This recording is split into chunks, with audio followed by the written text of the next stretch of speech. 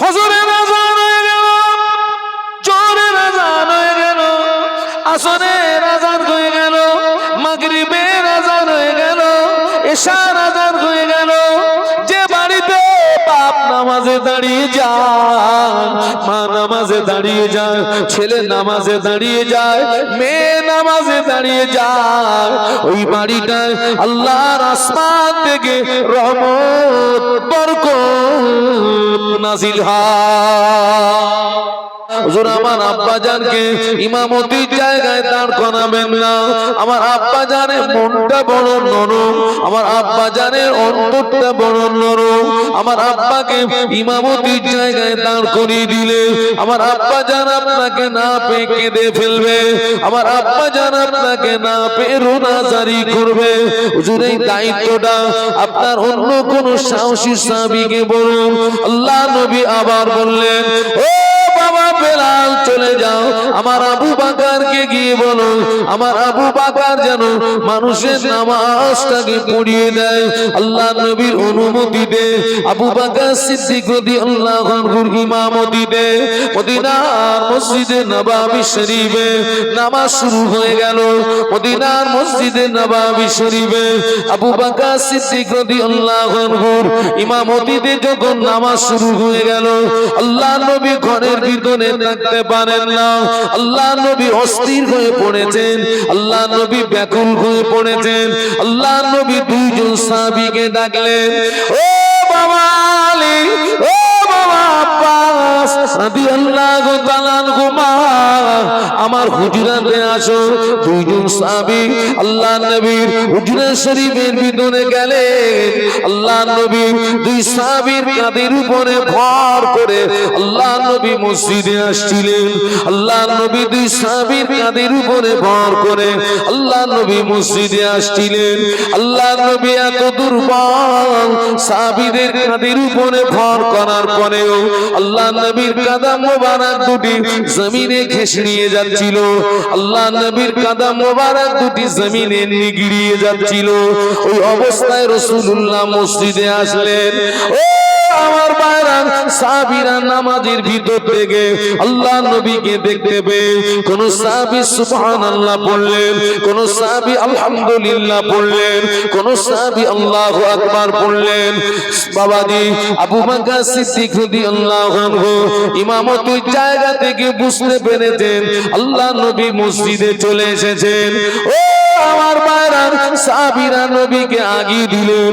আবু বকর সিদ্দিক রাদিয়াল্লাহু আনহু ইমামতির জায়গা থেকে পিছিয়ে আসলেন।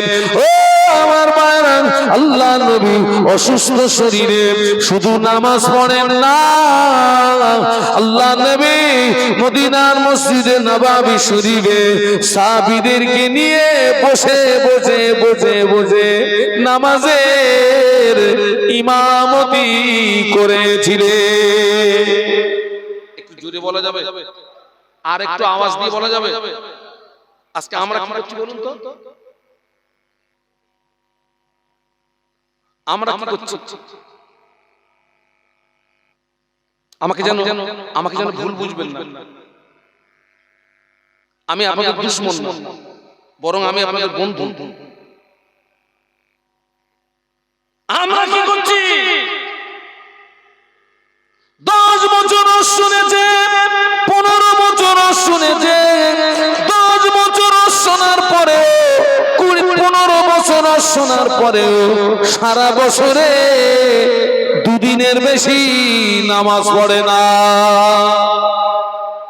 আছে না নেই?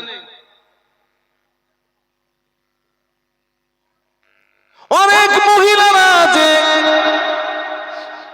বাবা,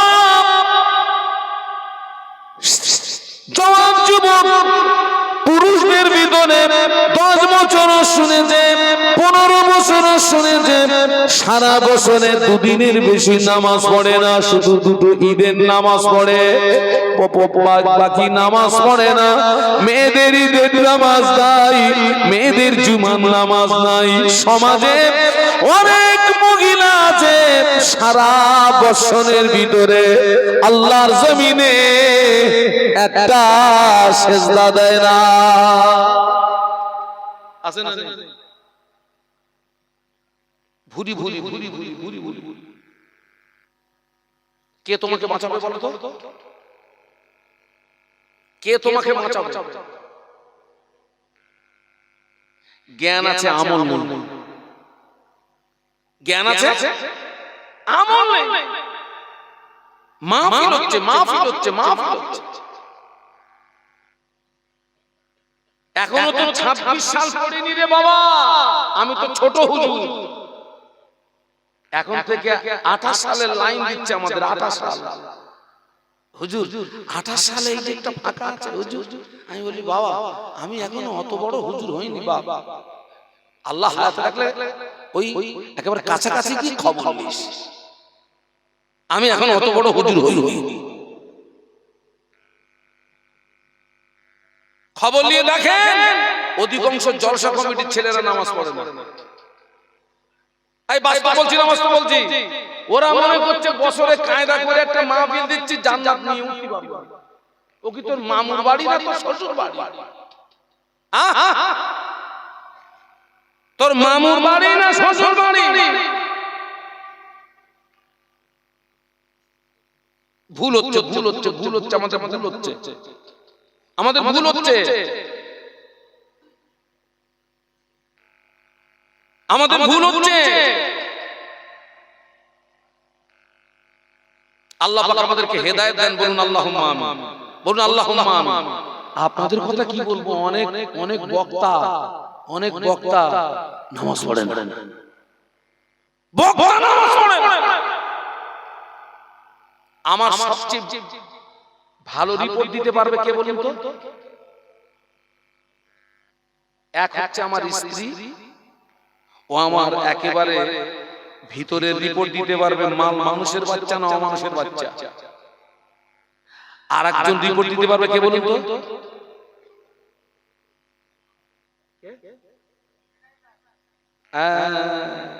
ঠিক বলেছে, ড্রাইভার। আমাদের, আমি আমার কথা বলি, আমার স্ত্রীর সঙ্গে যতটা টাইম পাস না হয় তার 3 গুণ বেশি টাইম পাস হয় আমার ড্রাইভারের সঙ্গে। ও কিন্তু আমার চেনে বলে মাল কি আছে। ড্রাইভার বলছে হুজুর, আমাদের হুজুর মাগরিব পড়িনি, এশা পড়িনি, ওয়াজ করতেছে। আমি তো, তুই একটা কাজ করতে পারিস? হুজুর যখন ওয়াজ করে এক জলসা থেকে আরেক জলসা যাবে, ওই গাড়ি নিয়ে পুরো গাছে গাছে মেরি ভালো, ওরে মেরি ভালো, ইচ্ছা করে অ্যাক্সিডেন্ট করবে, তোর দিকটা যেন না লাগে, ওর দিকটা মার, মেরে ফেলে দে।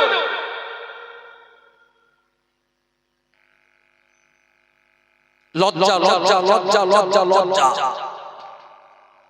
লজ্জা।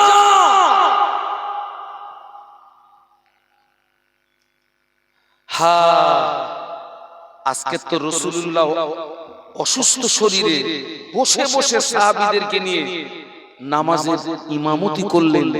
ওই অসুস্থতার পিরিয়ডে এমনও দিন চলে গেছে টোটালে রাসূলুল্লাহ আসেননি। আবু বকর সিদ্দিক রাদিয়াল্লাহু আনহু ইমামতিতে নামাজ হচ্ছে। মদিনার মসজিদ আর বিশ্বনবীর হুজরা শরীফ তথা ঘর একেবারে তো পাশাপাশি।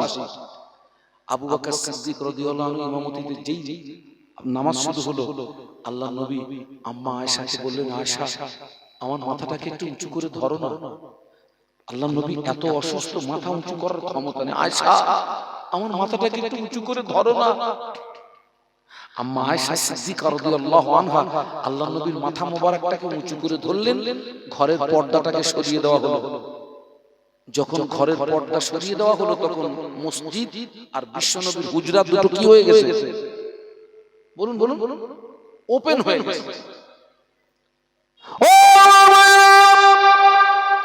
আল্লাহ নবী সাহাবীদের নামাজের দিকে চেয়ে আল্লাহ নবীর দুটো চোখ দিয়ে, নূরের চোখ দিয়ে দাদা দাদা দাদা দাদার করে পানির টুসা গড়িয়ে যায়। আম্মা জান বলেছিলেন, ইয়া রাসূলুল্লাহ হাবিবাল্লাহ মা ইউবকিকা, কোন দুঃখে আপনি কাঁদছেন, কোন কষ্টে আপনি কাঁদছেন? আল্লাহ নবী জবাব দিলেন, ও আমার আয়েশা, আজকের কান্নাটা আমার দুঃখের কান্না না, আজকের কান্নাটা আমার বেদনার কান্না নয়। আয়েশা, আমি রাসূলুল্লাহ আজকের এই মসজিদে নাই, আমার সাহাবীরা যেভাবে নামাজ আদায় করছে, ও আমার আয়েশা, এই নামাজকে প্রতিষ্ঠিত করতে গিয়ে মক্কার কাফেররা আমার মাথায় পচা উটের বুড়ি চাপিয়ে ওরা আমাকে মারার চেষ্টা করেছিল। এই নামাজকে প্রতিষ্ঠিত করতে গিয়ে মক্কার কাফেররা আমার গলায় দড়ির ফাঁসি পরিয়ে টানাটানি করেছিল। এই নামাজকে প্রতিষ্ঠিত করতে গিয়ে আমার দান্দান শহীদ হলো। এই নামাজকে প্রতিষ্ঠিত করতে গিয়ে তায়েফের মাটিতে আমাকে রক্ত দিতে হলো।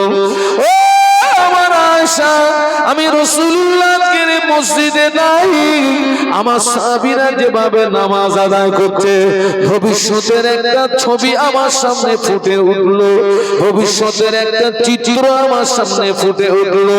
আমি রাসূলুল্লাহ একদিন পৃথিবীর জমিনে থাকবো না, আমার উম্মতেরা এইভাবে নামাজ আদায় করবে, ওই আনন্দে আমার চোখের পানি গড়িয়ে যায়। আজকের কান্নাটা আমার দুঃখের কান্না নয়, আজকের কান্নাটা আমার বেদনার কান্না নয়, আজকের কান্নাটা হলো আমার আনন্দেরই কান্না। একটু মহব্বত বলুন না, আজকে কান্নাটা আমার আনন্দের কান্না, এটা কোনো কষ্টের কান্না না। অনেক সময় দেখবেন ছেলেটা হারিয়ে গেছে 5 বছর, ওই হারানো ছেলে যখন বাড়ি আসে বাপ মা কি করে? বলুন বলুন, ওই ছেলেকে দেখলে বাপ মার চোখ দিয়ে কি আসে? এই পানিটা কিসের পানি? আনন্দের পানি। আমার নবীর ওই দিনের চোখের পানিটা ছিল আনন্দের পানি, খুশির পানি। একটু ভাবুন, একটু ভাবুন, একটু ভাবুন। আজকে দেখুন না, আজকে সারা পৃথিবী দেখুন মুসলমানদের কি অবস্থা, বলুন তো ভাই। এই আপনারা সবাই মিলে বলুন তো, আমাদেরকে বাঁচাতে পারে কে? বলুন বলুন, মারতে পারে কে? আমার বাঁচানোর মালিক আমার আল্লাহ, আমাকে মেরে দেওয়ার মালিক। আজকে তাম পৃথিবী দেখেন না মুসলমানদের কি অবস্থা। পশ্চিম বাংলার মুসলমান আমরা যার উপরে ভরসা করে, যাকে ভোট দিয়ে একটা জায়গাতে একটা গদিতে বসিয়ে দিলাম, আজকের সেও বাংলার মুসলমানদের কি হয়ে গেল? বলুন, কথা বলুন, চরম দুশমন হয়ে গেল। একটু ভাববেন, একটু ভাববেন। আমি এখানে পার্টি করতে আসিনি, আমি ব্যক্তিগত রাজনীতিকে ঘৃণা করি, বাস্তব কথাটা বলছি। বাড়িতে গিয়ে বালিশে মাথা দিয়ে একটু ভাববেন, আমাদের পায়ের নিচে মাটি নাই। আগামী দিনগুলো মুসলমানদের জন্য অত্যন্ত ভয়াবহ দিন আসছে, কঠিন দিন আসছে। মানুষ আপনার থেকে দূরে সরে গেল, যায় যাকে যা। রব যদি আপনার থেকে দূরে সরে যায়, আপনাকে বাঁচাবে কে? কে বাঁচাবে? এসআইআর এর নাম আছে কিনা? 24 ঘন্টা ছুটলি জাহান্নাম থেকে বাঁচবি কি করে? ওই কাগজ ঠিক করেছিস? কিসের থেকে? কিসের থেকে? জাহান্নাম থেকে বাঁচবি কি করে? ওই কাগজটা ঠিক কর। জান্নাতে যাবে কি করে? ওই কাগজটা ঠিক কর। দুনিয়া হচ্ছে ক্ষণস্থায়ী, আখিরাত কি? কথা বলেন না কেন আপনারা? কিছুক্ষণের জন্য আমি ধরে নিলাম, ওতে নাম হলো না, নাম উঠলো না, আমি এই দেশের নাগরিক না। আমার জায়গা হবে কোথায়? ডিটেনশন ক্যাম্পে। শেষ বেশ ওখানে আমার কি হবে? মরণ হবে। গড়পড়তায় মানুষ হায়াত পাচ্ছে কত? ঠিক আছে ধরেন 60, তো 60 বছরের জীবন নাই আমার ওই ডিটেনশন ক্যাম্পে, শেষ হয়ে গেল। কিন্তু ন্যায়ের উপরে সত্যের উপরে যদি থেকে আমি ডিটেনশন ক্যাম্প পর্যন্ত গিয়ে ওখানে যদি আমার মৌত হয়, জি আখিরাতটা কি 60 বছরের? বাবা আখিরাত কি 60 বছরের না 70 বছরের চাচা? ও ছেলেরা, তুই আখিরাতের কাগজটা ঠিক করেছিস তো? আখিরাতের কাগজ ঠিক করেছিস? মানুষ তো পাগলা হয়ে যাচ্ছে, নামাজ বাদ দিয়ে ছুটতেছে। আজীব তামাশা। আল্লাহ পাক আমাদেরকে হেদায়েত দেন, বলুন আল্লাহুম্মা আমিন, বলুন আল্লাহুম্মা আমিন। আহা, প্রত্যেকটা নবীকে দ্বীন ইসলামকে প্রতিষ্ঠিত করতে গিয়ে যুদ্ধের ময়দান পর্যন্ত যেতে হয়েছে না হয়নি? একটু কথা বলুন।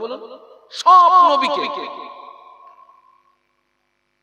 কাফেরদের মোকাবেলা করতে হয়েছে। ওই যুদ্ধের ময়দানেও কি নবীরা নামাজ বাদ দিয়েছে? ওই যুদ্ধের ময়দানে কি সাহাবীরা নামাজ বাদ দিয়েছে? যুদ্ধের ময়দানেও আল্লাহর নবী সাহাবীদেরকে নিয়ে বা জামাত নামাজ পড়েছেন এবং যুদ্ধ চালিয়ে গিয়েছেন। জোরে বলুন, আরো জোরে বলুন। আপনার মনে একটা প্রশ্ন আসতে পারে, হুজুর আল্লাহর নবী যদি যুদ্ধের ময়দানে সাহাবীদেরকে নিয়ে জামাত করে নামাজ পড়ে, ওই সময় তো কাফেররা কি করবে? মেরে দেবে তো? না, আসলে আপনাকে ব্যাপারটা বুঝতে হবে। মনে করুন, দৃষ্টান্ত স্বরূপ বলছি, 100 সাহাবী, 100 সাহাবীকে আল্লাহ রাসূল দুটো ভাগ করেছেন। 50 জনকে পাঠিয়ে দিয়েছেন আপনার কাফেরদের মোকাবেলায়, আর 50 জনকে নিয়ে নামাজে দাঁড়িয়েছেন। বোঝানোর জন্য বলছি, মনে করুন জোহরের 4 রাকাত কি নামাজ, আল্লাহ নবী 50 জনকে নিয়ে নামাজে দাঁড়িয়ে গেলেন। 50 জনকে কাফেরদের মোকাবেলায় পাঠিয়ে দিলেন।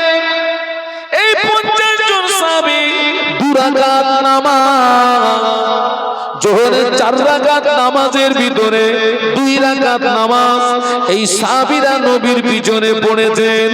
2 রাকাত নামাজ পড়ে এই সাহাবীরা ময়দানে চলে গিয়েছেন। ভাইদের কাছ থেকে তলোয়ারটা নিয়েছেন। ওনারা ময়দানে দাঁড়িয়ে গেলেন। যারা ময়দানে ছিলেন ওনারা নবীর পিছনে এসে নামাজে দাঁড়িয়ে গিয়েছে। আবার এনারা 2 রাকাত নামাজ পড়ে ময়দানে চলে গিয়েছে, তলোয়ারটা নিয়েছেন, ওনারা ফিরে এসেছেন, আবার নবীর পিছনে নামাজে দাঁড়িয়ে গিয়েছেন। একদম সাহাবী 2 রাকাত নামাজ 4 রাকাত নামাজ পেয়েছেন জামাতে, আর একজন সাহাবী 2 রাকাত নামাজ পেয়েছেন জামাতে, পরে 2 রাকাত নামাজ একা একা আদায় করেছেন। যুদ্ধ চালিয়ে গিয়েছেন, নামাজও কায়েম করেছে। একটু জোরে বলা যাবে? আরো জোরে বলা যাবে? আমরা কি যুদ্ধের ময়দানে নাকি? আমরা কি যুদ্ধের ময়দানে?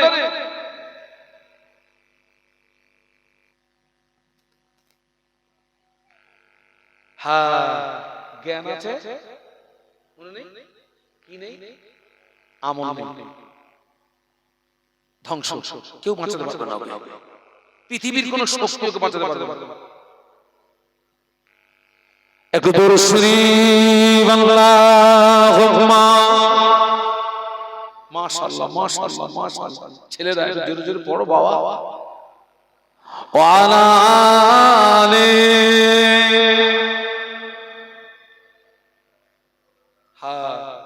हुब्बे अहमद अजल की सीने में गए,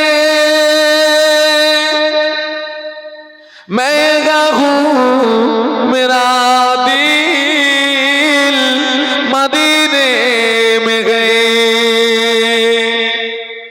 फूल तो फूल कांटों में क्या हुस्न गए, लुत्फ़े जन्नत से बढ़कर मदीने में गए अल्लाहुम्मा पढ़ो बाबा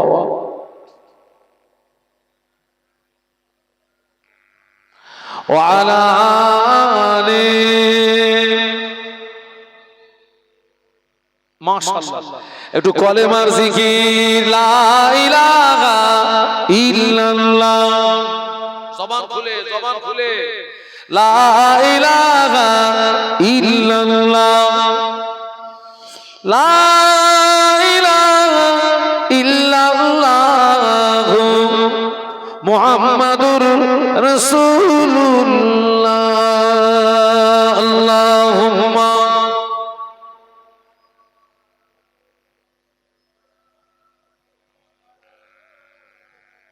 মুহাম্মদ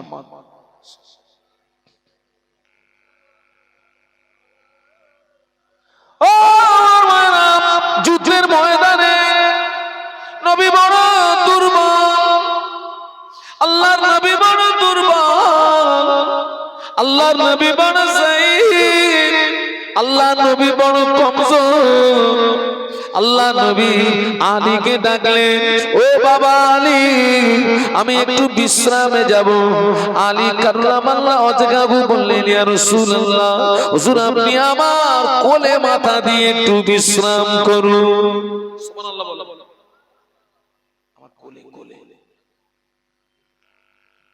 সময়টা ছিল আসরের সময় কোন সময় আল্লাহ রাসূল সাল্লাল্লাহু আলাইহি ওয়াসাল্লাম আসরের নামাজ আদায় করে নিয়েছেন কোন কারণবশত আলী কাররামাল্লাহু ওয়াজহাহু আসরের নামাজ পড়া হয়নি মুসাফির হালাতে আপনার সুবিধা অসুবিধার ব্যাপার থাকে আল্লাহ নবী আলী কাররামাল্লাহু ওয়াজহাহু কোলে মাথা দিয়ে শুয়ে পড়েছেন সূর্যটা আস্তে আস্তে পশ্চিম দিকে তথা মাগরিবের উত্তর দিকে ঢলে যাচ্ছে হঠাৎ হুজুরের মনে পড়ে গেল আল্লাহ পাক আমার তো আসরের নামাজটা পড়া হয় নাই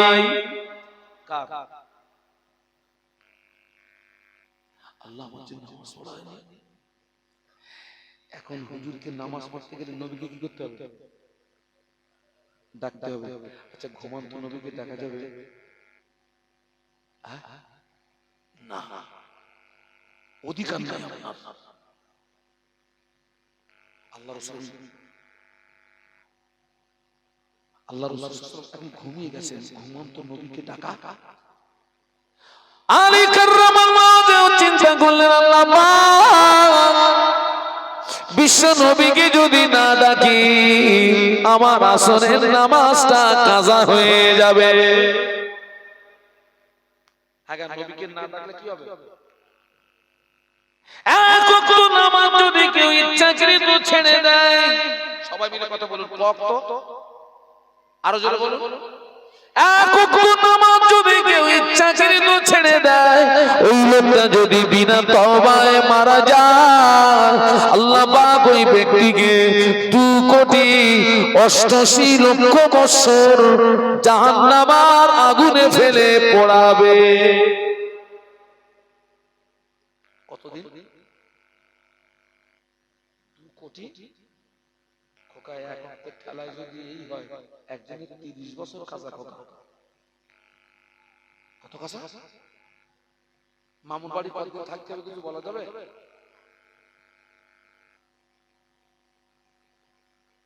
বাবা আবার সব মুসলিম নারী পুরুষ কিন্তু জাহান্নামের আযাবকে বিশ্বাস করে না এটা কি আপনারা মানেন নামাজ ইবাদত আমলের কথা বললে বলে ও সব যদি জান্নাতে যায় তো জাহান্নামে যাবে কি গো এরকম একটা বার্তা আসে না আল্লাহ ওদেরকে হেদায়েত দিক বলুন আমিন আমরা তো বাবা বক্তা মানুষ কথায় কথা বেড়ে যায় আল্লাহ রাসূল মদিনার মসজিদের জোহরের নামাজ পড়ে আম্মা আয়েশার হুজরাতে আসছেন এসে দেখেন তো ঘরের দরজা বন্ধ আপনি বাইরে থেকে ঘরে এসেছেন আমাদের এক নাম্বার করণীয় কি আমরা দেই দরজা খোল এটা হচ্ছে আমাদের চরিত্র। আল্লাহ নবী ঘরের দরজায় দাঁড়িয়ে একবার সালাম দিলেন, ভিতর থেকে সালামের জবাব আসে না। আল্লাহ নবী দ্বিতীয়বার সালাম দিলেন, ভিতর থেকে সালামের জবাব আসে না। আল্লাহ নবী তৃতীয়বার সালাম দিলেন, ভিতর থেকে সালামের জবাব আসে না। আল্লাহ নবী মনে করলেন এটা বিপদের আশঙ্কা, কেন আয়েশা আমার সালামের জবাব দিল না। আল্লাহ নবী এবারে ঘরে প্রবেশ করলেন। নবী আমার ঘরের ভিতরে গিয়ে দেখেন আম্মা জান আয়েশা সিদ্দিকা রাদিয়াল্লাহু তাআলা আনহা ঘরের একটা কোণে নামাজের পাটিতে সিজদায় পড়ে কচি বাচ্চার মতো রোনাজারি করে। আল্লাহ নবী চুপটি মেরে দাঁড়িয়ে রইলেন। আল্লাহ নবী কোনো আওয়াজ দেন না, আল্লাহ নবী কোনো কথা বলেন না। কিছু সময় পরে আম্মা জান সিজদা থেকে মাথা তুললেন। আল্লাহ নবী বললেন, ও আমার আয়েশা, তুমি কেন ঘরের দরজা বন্ধ করে নামাজের পাটিতে সিজদায় পড়ে কাঁদছো? কি হয়েছে তোমার? কিসের জন্য তুমি কাঁদো? আম্মা জান আল্লাহর নবীর নূরের বদনের দিকে চেয়ে কেঁদে উঠে বলেছিলেন, আমি আয়েশা, আমি রান্না করছিলাম, আমি আয়েশা, আমি রান্না করছিলাম, হঠাৎ রান্না করতে করতে উনানের ভিতর থেকে এক টুকরা আগুন আমি আয়েশার হাতের উপরে পড়ে গেল। এক টুকরা আগুন আমি আয়েশার হাতের উপরে পড়ে গেল। জ্বালা যন্ত্রণা সহ্য করতে পারি না। ওই সময় জাহান্নামের কথা মনে পড়ে গেল। পৃথিবীর আগুনের চেয়ে জাহান্নামের আগুনের তাপ আরো 70 গুণে বেশি হবে। পৃথিবীর আগুনের চেয়ে জাহান্নামের আগুনের ক্ষমতা আরো 70 গুণে বেশি হবে।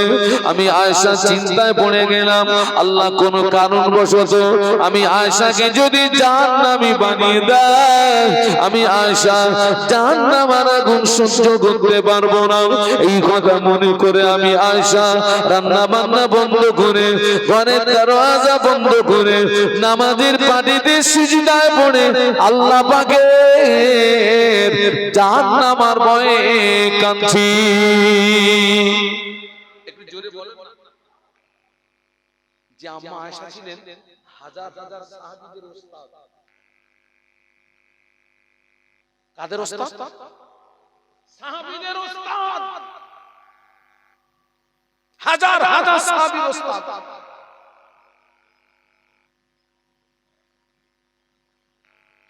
আল্লাহ নবী জবাব দিয়েছিলেন, বিবি আয়েশা সিদ্দিকা রাদিয়াল্লাহু তাআলা আনহা, দুনিয়াটা কান্নার জায়গা, দুনিয়াটা হাসির জায়গা নয়।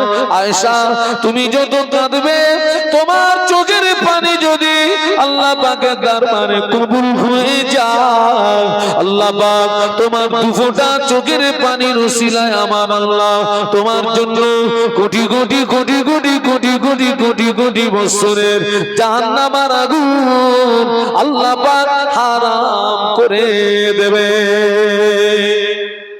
মহব্বতে বলুন। আলী কাররামাল্লাহু চিন্তা পড়ে গেছে, আল্লাহ নবীকে তো দেখা যাচ্ছে না, যদি নামাজ কাজা হয়ে যায় ওই জাহান্নামের কথা মনে পড়ে গেছে, কিন্তু নবীকে দেখা যাচ্ছে না। এই তনমন করতে করতে সূর্য একেবারে একেবারে মাগরিবের রক্তে চলে গেছে, ডুবে গেছে। হুজুর কাঁদছিলেন, দুফোঁটা চোখের গরম পানি আল্লাহর নবীর নূরের বদনে পড়ে গেল। রাসূলুল্লাহ ঘুম ভেঙে গেল। এ আলী, আরে তুমি কাঁদছো কেন? কি হয়েছে তোমার? ইয়া রাসূলুল্লাহ রে, ইয়া হাবিবাল্লাহ, হুজুর আমি আলীর আসরের নামাজটা কাজা হয়ে গেল, জাহান্নামের কথা মনে পড়ে গিয়েছে। আলী তুমি নামাজটা ছাড়লে কেন? হুজুর আপনি আল্লাহর নবী, হুজুর আপনি আমার কোলে মাথা দিয়ে শুয়েছিলেন। ও বাবা আলী তুমি আমাকে ডাকনি কেন? হুজুর আপনি আল্লাহর নবী, হুজুর আপনি আল্লাহর রাসূল, আমি যদি আপনাকে ডাকি আপনার সঙ্গে বেয়াদবি হয়ে যাবে, আল্লাহ পাক নারাজ হয়ে যাবে, আল্লাহ পাক অসন্তুষ্ট হয়ে যাবে, এই জন্য আমি আপনাকে ডাকি না। আল্লাহ নবী বললেন, ও বাবা আলী, কেঁদো না বাবা, কেঁদো না বাবা, কেঁদো না বাবা, কেঁদো না বাবা, কেঁদো না। আমাকে ইজ্জত করতে গিয়ে আসরের নামাজ তোমার ছুটে গিয়েছে, আমি আল্লাহর নবী, আমি তোমাকে আসরের নামাজ কাজা করতে দেব না। একটু জোরে বলতে পারলেন না? আল্লাহ নবী আসমানের দিকে চেয়ে বললেন, আসমানের সূর্য, আমি যদি সত্যি আল্লাহর নবী হয়ে থাকি, আসমানের সূর্য, আমি যদি সত্যি আল্লাহর পয়গম্বর হয়ে থাকি, আমার আলী আমাকে ইজ্জত করতে গিয়ে আসরের নামাজটা ছুটে গেল। আসমানের সূর্য, তুই আল্লাহর হুকুমে মাগরিবের রক্ত থেকে আসরের রক্তে চলে আয়, মাগরিবের রক্ত থেকে আসরের রক্তে চলে আয়। হুজুরের জবানের কথা শেষ না করতে করতে আসমানের সূর্য মাগরিবের রক্ত থেকে উঠে আসরের রক্তে চলে এসেছে। আল্লাহ নবী বললেন, ও বাবা আলী, দেরি করো না বাবা, তড়িঘড়ি তড়িঘড়ি তড়িঘড়ি আসরের নামাজ আদায় করে না। একটু মহব্বতে বলেন না। কাইয়ুমুজ্জামান বড় হুজুর পীর কেবলা রহমাতুল্লাহ আলাইহির কথা শোনাচ্ছি। ওই তিনটে কারণের ভিতরে এক নাম্বার কারণ বলেছিলেন, যারা বক্তা এদের অধিকাংশ নিয়ত খারাপ। আগে আমাদেরকে ধরেছেন। দুই নাম্বার বলেছিলেন, যারা শ্রোতা ওদের অধিকাংশ নিয়ত খারাপ।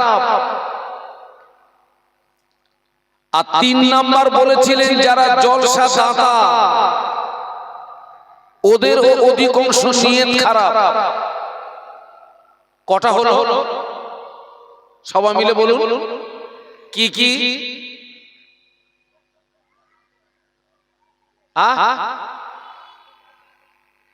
বক্তা, শ্রোতা, আচ্ছা সব বক্তা না, সব শ্রোতা না, সব জলসা দাতা। উনি একটা শব্দ ব্যবহার করেছিলেন, অধিকাংশ। যখন অধিকাংশ শব্দ ব্যবহার করেছেন মানে ভালো আছে না নেই? আছে। উনি বলেছিলেন অধিকাংশ বক্তার নিয়ত খারাপ, অধিকাংশ শ্রোতাদের নিয়ত খারাপ, আর অধিকাংশ জলসা দাতাদের নিয়ত খারাপ। বাবা, এই বক্তা, শ্রোতা আর কমিটি তিন শ্রেণীর মানুষের নিয়ত যখন এক হবে, এক মানে তিন শ্রেণীর মানুষের নিয়ত যখন আল্লাহর সন্তুষ্টির উদ্দেশ্য হবে, ওই মাহফিলে আল্লাহর পক্ষ থেকে রহমত এবং বরকত নাজিল হবে। একটু বলুন সুবহানাল্লাহ। আর যদি নিয়ত বিগড়িয়ে যায়, ওই মাহফিলে আল্লাহর পক্ষ থেকে রহমত আসবে না, ওই ওয়াজ নসিহত মানুষের হৃদয়ে রেখাপাত করবে না। বাবা, খুব ভালো করে লক্ষ্য করে দেখুন, কাইয়ুমুজ্জামান বড় হুজুর পীর কেবলা রহমাতুল্লাহ আলাইহির কথা বর্তমান যুগ সন্ধিক্ষণে কাঁটায় কাঁটায় মিলে যাচ্ছে। আমি অন ক্যামেরা কথা বলছি। আমি এমনও মাহফিল করেছি, হারকেন জানানো মাহফিল, হারকেন হারকেন। এইরকম বক্তাদের বসার জায়গার পাশে বাঁশ গাছের ঝাড়, আর ওই বাঁশ গাছের কুঞ্চির গায়ে হারকেন টাঙানো। ওই হারকেন জানানো মাহফিলের একটা গুরুত্ব আলাদা ছিল না? ছিল না? বলুন, কথা বলুন। আর আগে বাড়িতে মাহফিল হলে, ধনী লোকের বাড়ি মাহফিল হলে কি লাইট, হ্যাঁচাক লাইট। হারকেন জানানো মাহফিল আর হ্যাঁচাক লাইটের মাহফিলের গুরুত্ব আলাদা ছিল। আর এখন মাহফিল দিলে 13 কিলোমিটার মাইক, 12 কিলোমিটার লাইট, কিন্তু সেই ফল পাওয়া যাচ্ছে? ঠাস ঠাস করে কথা বলবো, ফল পাওয়া যাচ্ছে? এত মাহফিল হচ্ছে, এত মাহফিল, কাজটা কতটা হচ্ছে বলুন তো? আমাদের ভিতরে পরিবর্তন কতটা? এই যে কাইয়ুমুজ্জামান বললেন অধিকাংশ বক্তার নিয়ত খারাপ। এখান থেকে কদিন আগে একটা জায়গাতে মাহফিল গেলাম, বলছে হুজুর ওরা আমাকে দাওয়াত করেছে। এখন আমার একটা স্বভাব হচ্ছে আমি অ্যাডভান্স নিই না। কি নেই না বাবা? আর এখন যারা দাওয়াত করছে তাদের মনে কিছু কিছু জলসা কমিটির মনে এরকম একটা ভয় আছে যে হুজুর যদি অ্যাডভান্স না নেন মনে হয় আমাদের দাওয়াত উনি গ্রহণ করলেন না, আসবেন। এখন তারা খুব একটা ভয়ের ভিতরে ছিল যে আমি যাব কি না। বারবার ফোন করে, বারবার ফোন করে, বাবা আমাকে এত ফোন করতে হবে না, এত ফোন করলে আমি তো রেগে যাব, এত ফোন করলে আমি কিন্তু রেগে যাব। আমি তাদেরকে বললাম আল্লাহর উপরে ভরসা রাখুন, আল্লাহর উপরে ভরসা রাখুন।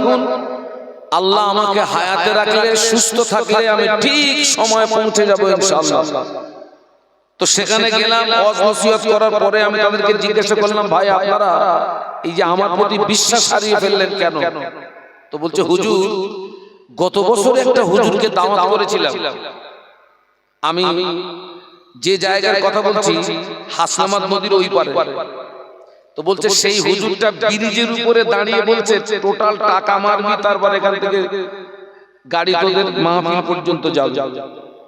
তো বলছে হুজুর আমরা টাকা মারতে তারপরে উনি এসেছেন, ওই জন্য ভয় করছিলাম আপনি আসবেন কিনা, যেহেতু আপনি তো কোনো টাকা নেন না। এই যে বক্তাদের নিয়ত খারাপ হয়ে গেছে। তবে সব বক্তা না, সব বক্তা না। আর শ্রোতাদের নিয়ত খারাপ কি? একদল শ্রোতা আছে তাদের টার্গেট থাকে অমুক জায়গাতে 4টে হুজুর আসছে, অমুক হুজুরের রস শুনবো পালাবো। ঠিক না বেটা? আছে। এই যে শ্রোতাদের নিয়ত খারাপ হয়ে গেছে। জলসা দাতাদের নিয়ত খারাপ কোথায়? আপনাদের আব্বা আম্মার দোয়া আল্লাহ তো প্রত্যেক রাতে একটা একটা জায়গায় নিয়ে যায়। এই কিছুদিন আগে একটা মাহফিলে গেলাম, আপনার কমিটির ছেলেদের ভিতরে দুটো দল হয়ে গেছে। কমিটির ছেলেদের ভিতরে এক দল বলছে আমরা আপনার মাহফিলের লাইট জ্বালাবো হুপ মেরে, আর এক দল বলছে না হুপ মেরে যদি মাহফিল চালাই সওয়াব হবে না। ঠিক বলছে না ভুল বলছে? ওরা বলছে না, একদল বলছে হুপ মেরে চালাবো। আহারে রাস্তায় গাড়ি আটকিয়ে গাড়িওয়ালাদের কাছ থেকে জবরদস্তি করে তাদের কাছ থেকে টাকা নিচ্ছে মাহফিলের জন্য। এগুলো ঠিক না ভুল? বলুন বলুন বলুন, সবাই মিলে বলুন ভুল। কারোর কাছ থেকে জোর জবরদস্তি করে অর্থ নেওয়া যাবে না। আমি যদি রাস্তায় গাড়ি আটকিয়ে আমি যদি জুলুম করে অর্থ নেই নিয়ে যদি মাহফিল দিই, তাহলে আমাদের মাহফিল আর আমার অমুসলিম ভাইদের কিছু অনুষ্ঠান থাকে, দুটো অনুষ্ঠানের ভিতরে পার্থক্য থাকলো কোথায়? পার্থক্যটা কোথায় থাকলো? এই যে নিয়ত খারাপ হয়ে গেছে, নিয়ত। মাহফিল হচ্ছে কিন্তু কাজ হচ্ছে না। বাবা মাহফিল দিলে হবে না, মাহফিলে আসতে হবে। আসলে হবে না, মাহফিলে বসতে হবে। বসলে হবে না, ওয়াজ নসিহত শুনতে হবে।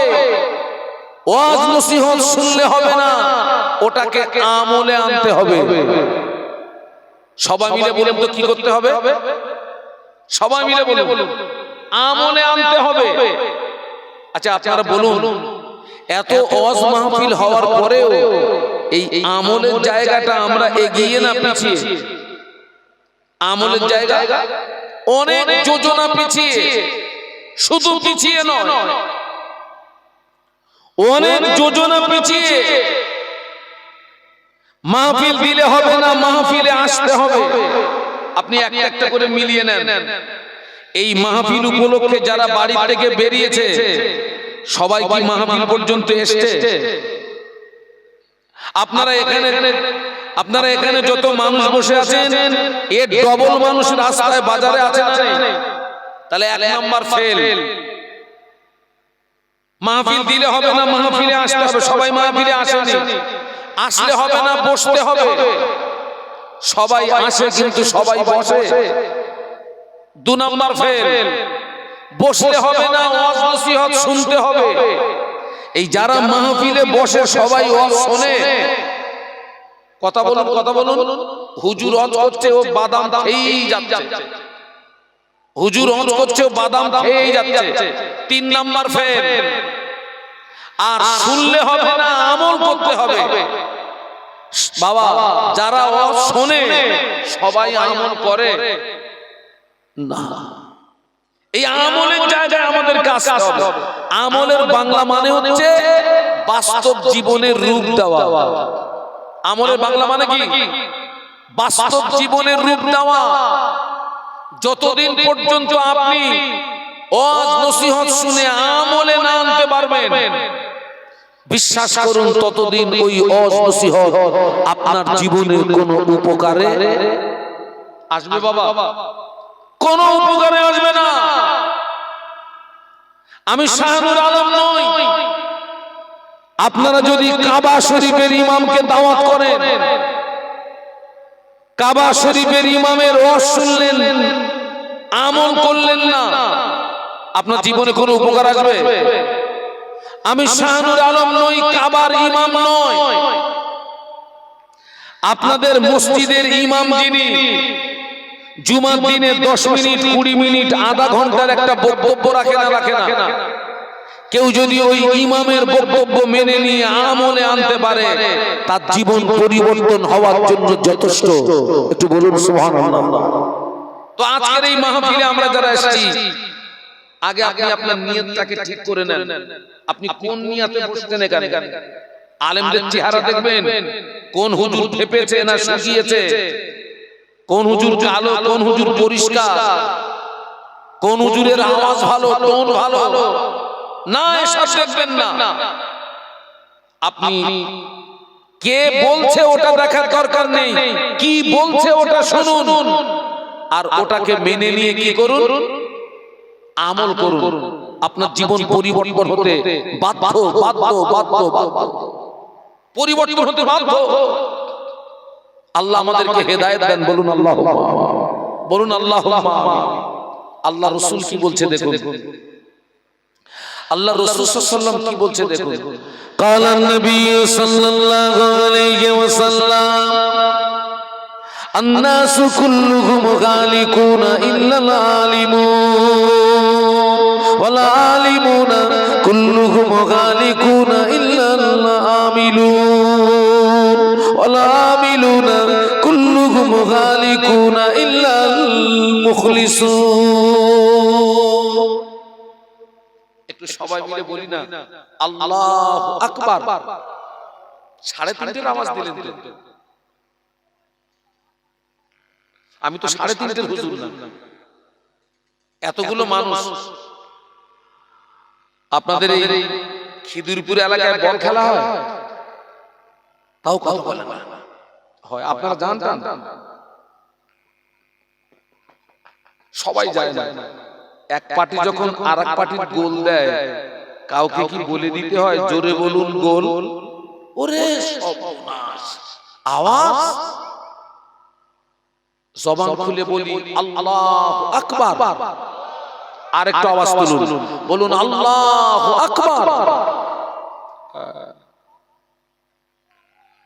আল্লাহ নবী বললেন সমস্ত মানুষ ধ্বংস হয়ে যাবে, সমস্ত মানুষ বরবাদ হয়ে যাবে, সমস্ত মানুষ নাস্তে নাবুদ হয়ে যাবে, কেবলমাত্র আলেমরা নাজাত পেয়ে যাবে।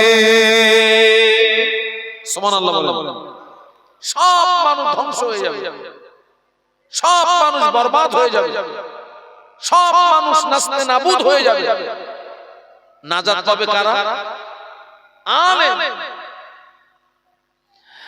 নবীর হাদিসটা শুনে আপনাদের মনে কিন্তু একটা প্রশ্ন আসা স্বাভাবিক যে হুজুর আলেমরাই যদি শুধু নাজাত পায় তাহলে আপনারাই শুধু নাজাত পাবেন, আমরা সব শেষ। কিভাবে এরকম একটা প্রশ্ন আসে না? তাহলে আপনারাই শুধু নাজাত পাবেন, আমরা সব শেষ। ঘাবড়ানোর কোনো কারণ নেই। ছেলেরা আমার দিকে তাকাও, ঘাবড়ানোর কোনো কারণ নেই। আজকের এই খিদিরপুরের মাহফিল আমাদের বাঁচার ডাক দিয়েছে। আপনারাও বাঁচতে এসেছেন, আমিও বাঁচতে এসেছি, আপনাদেরকে বাঁচানো হবে। বলুন ইনশাআল্লাহ, বলুন ইনশাআল্লাহ। আপনাদেরকে বাঁচানো হবে, আপনাদেরকে বাঁচানো হবে। এই মাহফিল আমাদেরকে বাঁচার ডাক দিয়েছে। আপনিও বাঁচতে এসেছেন, আমিও বাঁচতে এসেছি, আপনাদেরকে বাঁচানো হবে। এ দেখেন আরবের একজন টপ র্যাঙ্কের কবি, যার নাম হযরত হাসান বিন সাবিত রাদিয়াল্লাহু আনহু, যিনি একজন টপ র্যাঙ্কের কবি ছিলেন। সারা বিশ্বে যিনি কবি হিসেবে খ্যাতি সম্পন্ন লাভ করেছিলেন, খ্যাতি লাভ করেছিলেন। তো হাসান বিন সাবিত রাদিয়াল্লাহু আনহু জীবনের শুরুতে ইসলামের বিরুদ্ধে, নবীর বিরুদ্ধে প্রচুর কবিতা লিখেছিলেন। কার বিরুদ্ধে? ইসলামের বিরুদ্ধে, নবীর বিরুদ্ধে প্রচুর কবিতা লিখেছিলেন। তিনি যখন ইসলাম গ্রহণ করলেন অটোমেটিক তলোয়ারটা ঘুরে গেল। এবারে নবীর পক্ষে, ইসলামের পক্ষে আর কাফেরদের বিরুদ্ধে কবিতা লিখতে শুরু করলেন। একটু সুবহানাল্লাহ বলেন না, একটু মহব্বতে বলেন। ওই যে আল্লাহর নবীর মাথা কাটতে গেছিলেন কে? হযরত ওমর রাদিয়াল্লাহু আনহু। উনি তখন হালাতে ঈমানদার না হালাতে কাফের? উনি হালাতে কাফের। নবীর মাথা কাটতে যে তলোয়ারটা নিয়ে গেছিলেন, নবীর কদমে লুটিয়ে পড়ে ইসলাম গ্রহণ করার পরে সেই তলোয়ারটা কাদের দিকে ঘুরেছিল? একটু সুবহানাল্লাহ বলবেন না? তো হাসান বিন সাবিত রাদিয়াল্লাহু আনহু জীবনের শুরুতে নবীর বিরুদ্ধে, ইসলামের বিরুদ্ধে প্রচুর কবিতা লিখেছিলেন। তিনি যখন ইসলাম গ্রহণ করলেন এবারে তলোয়ারটা ঘুরে গেল নবীর পক্ষে, ইসলামের পক্ষে। আর কাফেরদের বিরুদ্ধে যখন কবিতা লিখছিলেন, ওনার কবিতার তলোয়ারে কাফেরদেরকে মেরে তুরোধনা করছিলেন, কাফেরদেরকে মেরে লোপাট করে দিচ্ছিলেন। এ দেখুন বাবা, আসলি তলোয়ারটা ডেঞ্জার না কবিতার তলোয়ার ডেঞ্জার? বলুন, কথা বলুন। কবিতার তলোয়ার ডেঞ্জার। আসলি তলোয়ার দিয়ে 10 জন 20 জনকে মারতে পারবেন, তার বেশি মারতে পারবেন না। আপনি নিজেই দুর্বল হয়ে যাবেন, আপনি নিজেই ক্লান্ত হয়ে যাবেন। আর কবিতার তলোয়ারে তো মারাত্মক। কবিতার তলোয়ারে একটা জাতকে মেরে দেওয়া যেতে পারে, কবিতার তলোয়ারে একটা কওমকে মেরে দেওয়া যেতে পারে। হাসান বিন সাবিত রাদিয়াল্লাহু আনহু উনি যখন কাফেরদের বিরুদ্ধে, উনি যখন আপনার তলোয়ার চালাচ্ছিলেন, কবিতার তলোয়ার কাফেরদেরকে মেরে তুলোধনা করে দিচ্ছিলেন, কম তুলে গোত্র তুলে তলোয়ার চালাচ্ছিলেন। আল্লাহ নবী হাসানকে ডেকে বললেন, হাসান তুমি যেভাবে তলোয়ার চালাচ্ছ, তোমার তলোয়ার তো আমারও গায়ে লাগবে। তুমি কম তুলে কথা বলছো, গোত্র তুলে কথা বলছো, তোমার তলোয়ার তো আমারও গায়ে লাগবে। হাসান বিন সাবিত বলছে, হুজুর আপনি ঘাবড়াবেন না, এই দেখুন আমি আপনাকে বাঁচাচ্ছি। একটু সুবহানাল্লাহ বলুন, একটু মুহাম্মদ বলুন, আমি আপনাকে বাঁচাচ্ছি।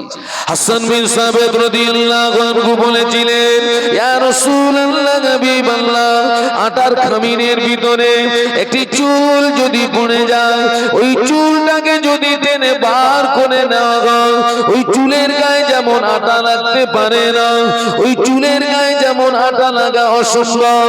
আমি কম তুলে তলোয়ার চালাচ্ছি ঠিকই, আমি কবর তুলে তলোয়ার চালাচ্ছি ঠিকই, ইয়া রাসূলুল্লাহ হাবিবাল্লাহ, আমি আপনাকে ওই রকমই চুলের মতো টেনে বার করে নেব।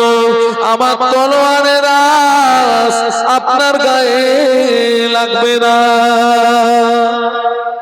একটু মহব্বতে বলা যাবে না? আল্লাহ নবী বললেন সমস্ত মানুষ ধ্বংস হয়ে যাবে, সমস্ত মানুষ নাস্তেনাবুদ হয়ে যাবে, আলেমরা নাজাত পেয়ে যাবে। এই আলেমের বাংলা মানে হচ্ছে জ্ঞানী। সবাই মিলে বলুন আলেমের বাংলা মানে জ্ঞানী বা জাননেওয়ালা। আচ্ছা বাবা, 5 ওয়াক্ত নামাজ পড়তে হবে, রমজান শরীফে রোজা রাখতে হবে, টাকা থাকলে হজ করতে হবে, টাকা থাকলে যাকাত দিতে হবে, পরের মাল আত্মসাৎ করা যাবে না, সুদ গ্রহণ করা যাবে না, মদ পান করা যাবে না, জেনা ব্যভিচারী করা যাবে না, পরের মাল আত্মসাৎ করা যাবে না, পরের মাল আত্মসাৎ করা যাবে না, পরের কাছ থেকে জুলুম করে অত্যাচার করে অর্থ নেওয়া যাবে না। এই জাতীয় জ্ঞানগুলো আপনারা যারা আমার সামনে বসে আছেন আপনাদের প্রত্যেকের আছে না নেই? আছে না? তাহলে আপনাদের যদি থেকে থাকে আপনারাও কি? আপনারা সব বড় বড় জ্ঞানী, আপনারা সব বড় বড় জাননেওয়ালা, আপনারাও আলেম। আর রাসূল বলেছেন সব মানুষ ধ্বংস হয়ে যাবে, আলেম নাজাত পেয়ে যাবে। নবীর হাদিস অনুযায়ী আপনারাও আলেম, আপনারাও নাজাত পেয়ে গেলেন। একটু সুবহানাল্লাহ বলুন। হ্যাঁ, সেই জন্য মাহফিল দিতে হয়, মাহফিলে আসতে হয়, মাহফিলে বসতে হয়, ওয়াজ নসিহত শুনতে হয়। আপনারা সব বড় বড় আলেম, আপনারা সব বড় বড় জ্ঞানী, কিন্তু আল্লাহর নবী এক ধাপ এগিয়ে গিয়ে বলছেন আলেম নাজাত পাবে না। একটু আগে কি বলেছেন? আলেম নাজাত পাবে। আল্লাহ নবী বললেন আল্লাহ আলিমুনা ওয়ালা আলিমুনা কুল্লুকুম গালিকুনা ইল্লাল আমিলুন। আল্লাহ নবী বললেন সমস্ত আলেম ধ্বংস হয়ে যাবে, সমস্ত আলেম বরবাদ হয়ে যাবে, সমস্ত আলেম নাস্তেনাবুদ হয়ে যাবে, কেবলমাত্র আমলকারীরাই নাজাত পেয়ে যাবে। সুবহানাল্লাহ বলেন। জানার নাম আলেম না, মানার নাম কি? আলেম। আমরা অধিকাংশ নারী পুরুষ জেনে ভূত, জ্ঞান আছে কিন্তু আমল নেই, জ্ঞান আছে কিন্তু কি নেই? আমল নেই। তুমি যত বড় জ্ঞানী হও তুমি ধ্বংস ধ্বংস ধ্বংস, তুমি বরবাদ বরবাদ বরবাদ, কেউ তোমাকে বাঁচাতে পারবে না। জ্ঞান আছে আমল নেই। এত মাহফিল হচ্ছে, সবাই মিলে বলুন তো 5 ওয়াক্ত নামাজ কার হুকুম? আল্লাহর হুকুম। সব নারী আর যত নারী আর যত পুরুষ আছে এই জ্ঞানটা সব নারী আর সব পুরুষের আছে না নেই? আছে। কিন্তু সব নারী আর সব পুরুষের ভিতরে এই জ্ঞানের উপরে আমল আছে? বলুন বলুন। আজকে যে মাহফিল হচ্ছে, এই যে আপনারা এখানে বসে ওয়াজ শুনছেন, এটা হচ্ছে নফল ইবাদত। কি ইবাদত? নফল। আর মাগরিবের নামাজে ইশার নামাজটা কি ছিল? ফরজ ছিল। মাগরিবের নামাজ ইশার নামাজ ফরজ ছিল। এমনও শ্রোতা আছে মাগরিব পড়লো না, ইশা পড়লো না, মাহফিলে একদম শুরু থেকে শেষ পর্যন্ত সময় দিল, এখান থেকে তাবারুক খেয়ে বাড়ি চলে গেল, হেইয়মারি বলে শুয়ে পড়লো, 10টার সময় ওরে বাবারে বলে উঠলো, ফজরের নামাজ পড়লো না। ও যে সারা রাত জেগে ওয়াজ শুনলো, লাভ হলো না লস হলো?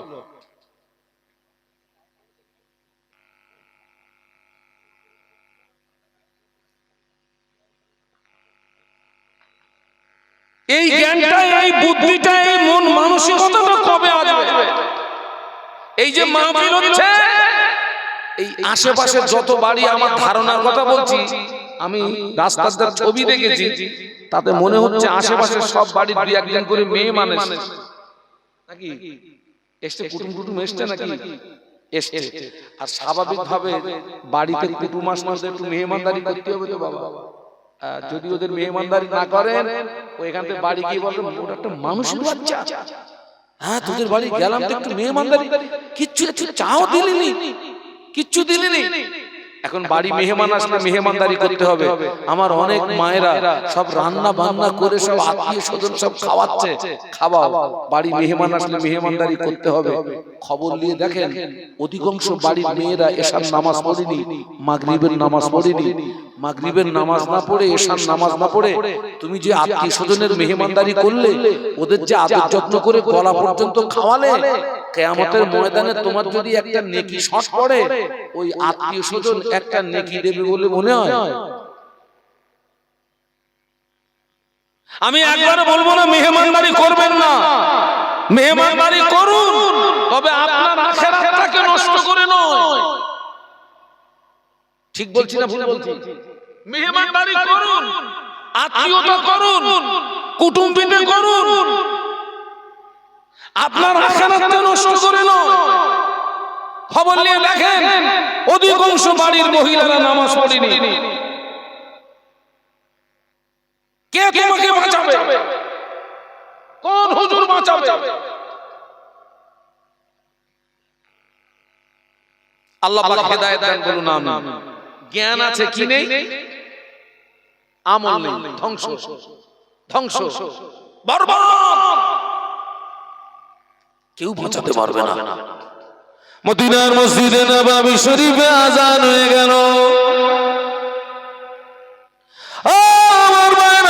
মদিনার মসজিদে নববী শরীফে মুয়াজ্জিন হাফসি বেলাল, মদিনার মসজিদে নববী শরীফে হাফসি বেলাল যখন আযান দিতেন, হাফসি বেলালের আযানের আওয়াজ আল্লাহ পাকের আরশ মুআল্লাতে পৌঁছে যেত। সুবহানাল্লাহ বলবেন। মদিনার মসজিদে নববী শরীফে আযান হয়ে গেছে, সাহাবীরা সব মসজিদে চলে এসেছেন। একজন ব্যক্তি আসেন, তিনি হচ্ছেন মুহাম্মাদুর কি মুহাম্মাদুর রাসূলুল্লাহ সাল্লাল্লাহু আলাইহি ওয়াসাল্লাম। তিনি মসজিদে আসেন। কেন আসেন? তিনি প্রচন্ড অসুস্থ, উঠে দাঁড়ানোর মতো ক্ষমতা নেই। সাহাবীরা মসজিদে এসেছেন কিন্তু নামাজ শুরু করতে পারছেন না, কারণ নবীর অবর্তমানে ওই ইমামতির জায়গায় দাঁড়াবে কে? নবীর অনুমতি ছাড়া কোন সাহাবী ইমামতির জায়গায় দাঁড়াতে পারবে বাবা? কার ক্ষমতা আছে? কার সাহস আছে? এ কি আমরা যে মাহফিলে মাগরিবের নামাজ হবে, বড় একটা আলেমকে বলা হচ্ছে হুজুর আপনি একটু নামাজটা পড়িয়ে দেন, ইমামতি করে দেন। বড় আলেমরা ইমামতির জায়গায় যেতে চায় না, ভয়ে। আমার নামাজ ঠিক হচ্ছে কি না হচ্ছে, আমার পিছনে যারা দাঁড়াবে ওদের দায়িত্ব কার? একটু কথা বলেন না বাবা, ইমামের তো। ওই জন্য বড় আলেমরা যেতে চায় না, কিন্তু বড় আলেম যেতে যাচ্ছে না, আর ছোট হুজুর পিছনে লাফাচ্ছে ইমামতি করতে। হ্যাঁ লাফাচ্ছে কোনটা? ছোট হুজুর লাফাচ্ছে ইমামতি করতে। সাহাবীরা 10 মিনিট 20 মিনিট 8 ঘন্টা ইন্তজার করলেন রাসূলুল্লাহর জন্য। আল্লাহর নবী আসলেন না, আর সাহাবীরা এসেছেন কিন্তু নামাজ শুরু করতে পারলেন না। হাফসি বেলাল রাদিয়াল্লাহু আনহু আল্লাহ নবীর হুজরা শরীফের ভিতরে চলে গেলেন। আল্লাহ নবীর হুজরা শরীফের ভিতরে চলে গিয়ে আল্লাহ নবীকে সালাম দিয়ে বলেছিলেন, ইয়া রাসূলুল্লাহ হাবিবাল্লাহ, মানুষেরা নামাজের জন্য ইন্তজার করছে, মানুষেরা নামাজের জন্য অপেক্ষা করছে।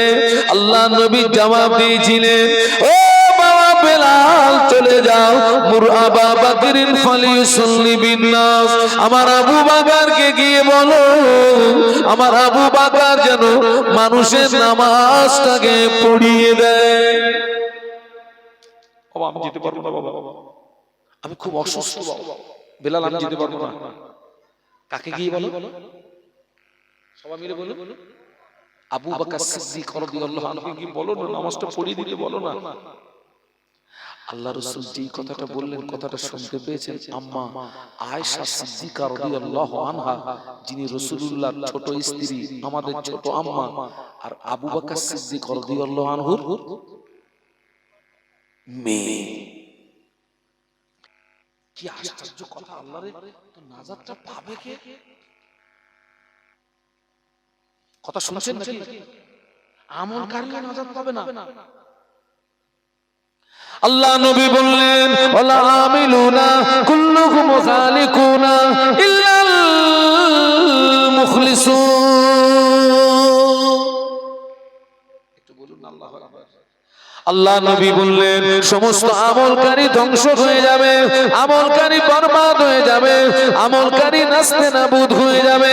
কেবলমাত্র যারা ইখলাসের সঙ্গে খুলুসিয়াতের সঙ্গে লিল্লাহ আল্লাহকে রাজি করানোর জন্য, আল্লাহকে খুশি করানোর জন্য যারা আমল করবে, ওই আমলকারীরাই নাজাত পেয়ে যাবে।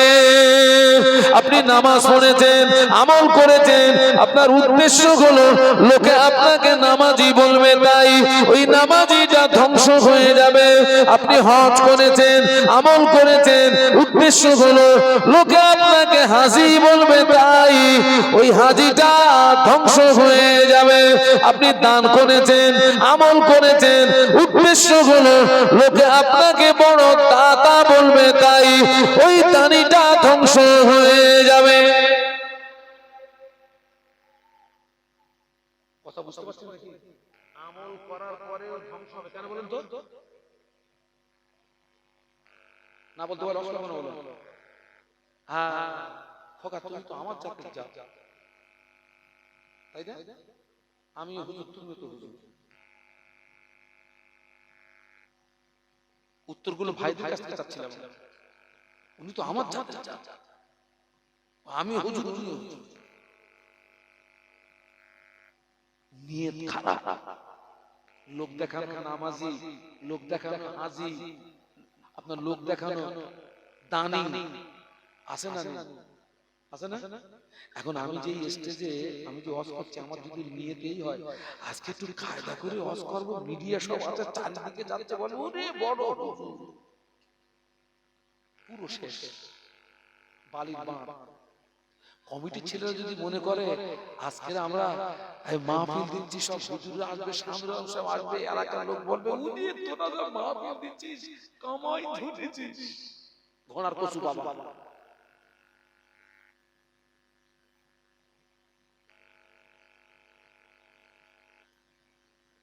উদ্দেশ্য হবে আল্লাহর সন্তুষ্টির উদ্দেশ্যে মাহফিল দেব, আমার উদ্দেশ্য হবে আল্লাহর সন্তুষ্টির উদ্দেশ্যে দুটো কথা বলবো।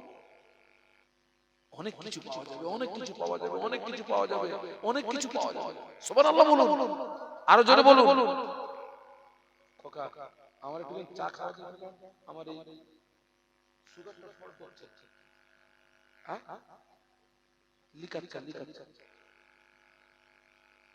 না না না, সুগার ফল করছে মানে এখন আমাকে বেশি করে মিষ্টি দিতে হবে, তাড়াতাড়ি একটু। আর একটু দরুদ শরীফ আল্লাহুম্মা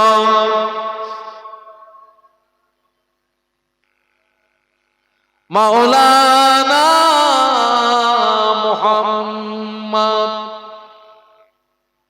ওয়া আলা আলি সাইয়্যিদিনা। पैगंबरों का रोजा दिखा दे खुदाया, दरे मुद्दत से मिला दे खुदाया, शराबे मोहब्बत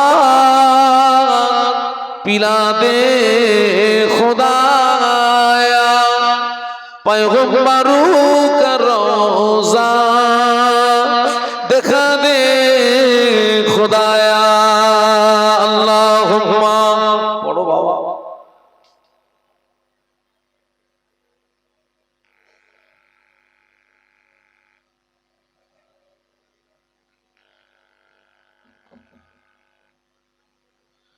मुझे नाज गए अपनी खुशकिस्मती पर मेरे हाथ में गए दामने मुस्तफा की नगम गए फुआर का न तूफा का परवा मैं डूबूंगा फिर भी किनारा करूंगा अल्लाहुम्मा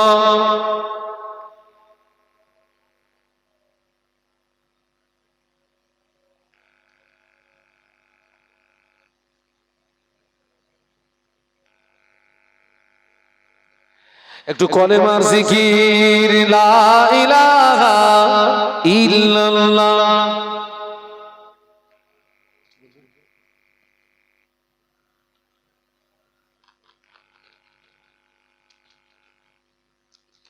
মুহাম্মাদুর রাসূলুল্লাহ বলো লা ইলাহা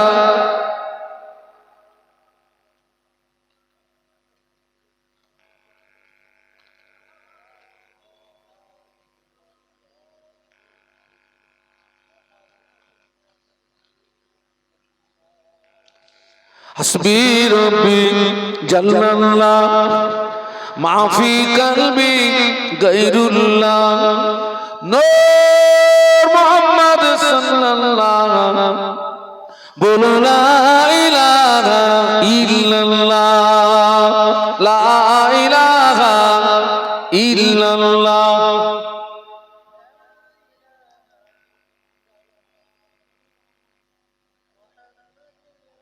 मुहम्मदुर रसूलुल्लाह अल्लाहुम्मा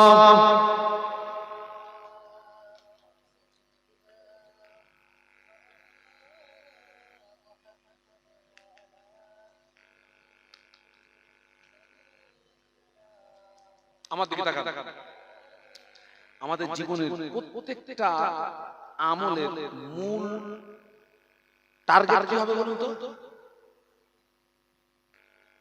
আল্লাহর সন্তুষ্টি আমাদের জীবনের প্রত্যেকটা আমলের মূল টার্গেট হবে কুল ইন্না সালাতি ওয়া নুসুকি ওয়া মাহইয়ায়া ওয়া মামাতি লিল্লাহি রাব্বিল আলামিন আপনার জীবনের নামাজ আপনার কুরবানি আপনার বেঁচে থাকা মরে যাওয়া সবকিছুর মূল লক্ষ্য হবে আল্লাহর সন্তুষ্টি আল্লাহ ওটাই হচ্ছে খাঁটি ওই খাঁটি আমলকারীরাই নাজাত পাবে বাদ বাকি সব বলুন বলুন বাদ বাকি সব কি সব ধ্বংস যারা ইখলাসের সঙ্গে খুলুসিয়াতের সঙ্গে আল্লাহকে সন্তুষ্টির জন্য আল্লাহর সন্তুষ্টির জন্য নামাজ অনেকে পড়ে বা কিন্তু সকলের নামাজ খোদার দরবারে বলুন যায় না ওয়াজ আমরা সবাই করি বাবা কিন্তু সকলের ওয়াজ আল্লাহর দরবারে যায় না দান আমরা করি সব কিন্তু সকলের দান আল্লাহর দরবারে যায় না মাহফিল আমরা দিই সবাই কিন্তু সব মাহফিল আল্লাহর দরবারে যায় না যায় না আমি কিন্তু স্টেজে চা খাই না কিন্তু আমার কিছু করার নেই দরুদ শরীফ আল্লাহুম্মা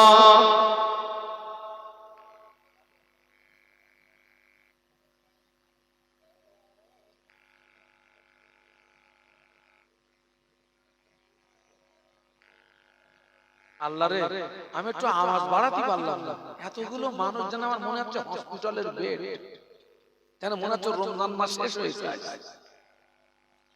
একটু কলেমার জিকির লা ইলাহা ইল্লাল্লাহ, ছেলেরা জোরে জোরে পড়ো, লা লা ইলাহা ইল্লাল্লাহ।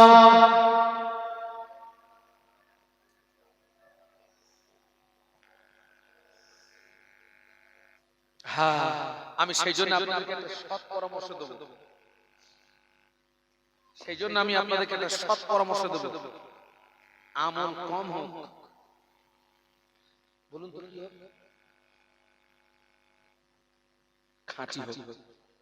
এই খোকা আমার দিকে তাকা, এই খোকারা আমার দিকে তাকা, আমল কম হোক, খাঁটি হোক, সলিড হোক, সলিড।